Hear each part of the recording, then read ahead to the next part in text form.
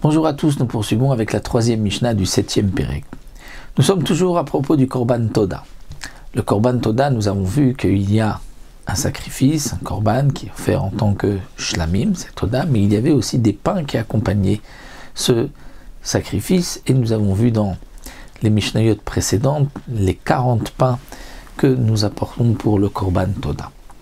Le Korban Toda, ces pains vont aussi être sanctifiés par la shrita du korban. Et une fois que ils vont être sanctifiés par la nusha du korban, donc il y aura des dinim particuliers concernant ce pain-là. Ici la Mishnah nous dit Ashochet et Toda bifnim. Si quelqu'un fait la shrita du korban Toda à l'intérieur de la hazara, comme il se doit, comme il faut, velachma chutz lachoma. Mais le pain était en dehors de la muraille. C'est-à-dire en dehors de la muraille, le Barthénois nous rapporte, en dehors de la muraille donc de Jérusalem, le pain du Korban Toda, comme c'est un Korban Shlamim, on va égorger le Korban dans la Hazara, mais ensuite, après avoir aspergé le sang, on pourra manger le Korban dans toute la ville de Jérusalem, et les pains aussi pourront être mangés dans toute la ville de Jérusalem.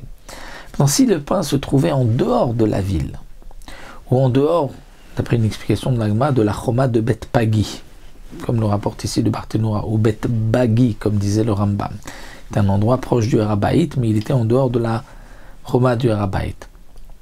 Donc si, ici nous dit la Mishnah, le Korban Toda a été sacrifié à l'intérieur comme il se doit, mais le pain était en dehors de la muraille de Yerushalayim, eh bien, lo kadash alechem, le pain n'est pas devenu kadosh. Pourquoi le pain n'est pas devenu kadosh? Parce qu'il est en dehors de l'endroit où il doit être consommé. Il fallait qu'il soit au moins à Yerushalayim. Il n'a pas besoin d'être dans la Hazara même, comme le précise ici le Barthénois, bien que c'est marqué vécrive al zevach toda chalot, et al on aurait pu croire que c'est juste à côté. Non. Même s'il est en dehors de la Hazara, tant qu'il est dans la ville, c'est valable aussi, le pain est kadosh. Mais s'il est en dehors de la ville, il n'est pas kadosh. Shechatat shelo karmu batanour, si on a fait la shrita du korban Toda, alors que le pain n'avait pas encore bien cuit, il n'y avait pas encore de croûte dans le four, il n'y avait pas une partie dure du pain dans le four, va filo karmu kulam chutz mechad, même si tous les pains avait déjà cuit, il y avait une croûte qui s'était formée à l'exception d'un seul pain, lo kidash alechem, le pain n'est pas kadosh. Étant donné qu'il n'est pas encore appelé pain, il est encore issa, il est encore pâte. Et la Torah dit que c'est le pain qui va devenir kadosh par la shrita du korban.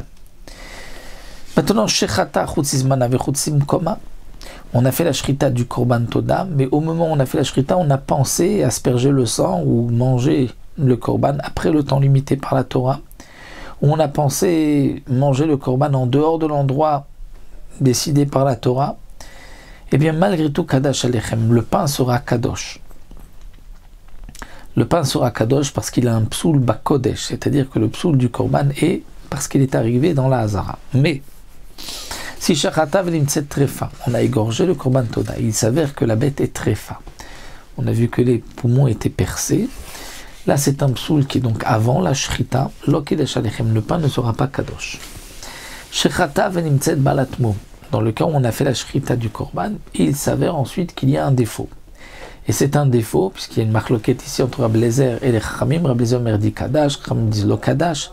Normalement, lorsqu'il y a un défaut, le korban ne va pas rendre kadosh le pain, mais ici, il s'agit d'un défaut au niveau de l'œil, une petite membrane qui se met au niveau, qui vient couvrir l'œil, et pour Rabbi Eliezer, comme Rabbi Akiva, ce moum-là fait que si on a quand même mis le korban sur le misbeach, on ne le descend pas, donc ce n'est pas un moum comme tous les autres, un défaut comme tous les autres, donc c'est pour cela que le pain est kadosh, puisque Bedi Avad, si on a monté le korban sur le misbeach, comme l'avons vu dans Masechet Zvachim, Imala lo yired.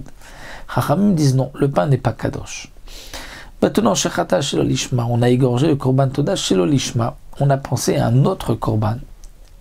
Eh bien là, le korban ne peut pas sanctifier le pain. Lo kidesh alechem, de même.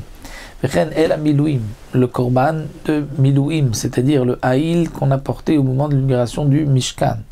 Vechen shne kivshe atzeret shechata mishmaou, les deux brebis de Shavuot, dont on a fait la shrita shelo lishma, et ces 2 brebis, comme nous l'avons vu, étaient accompagnées de 2 pains, les 2 pains, les shté alechem de Shavuot.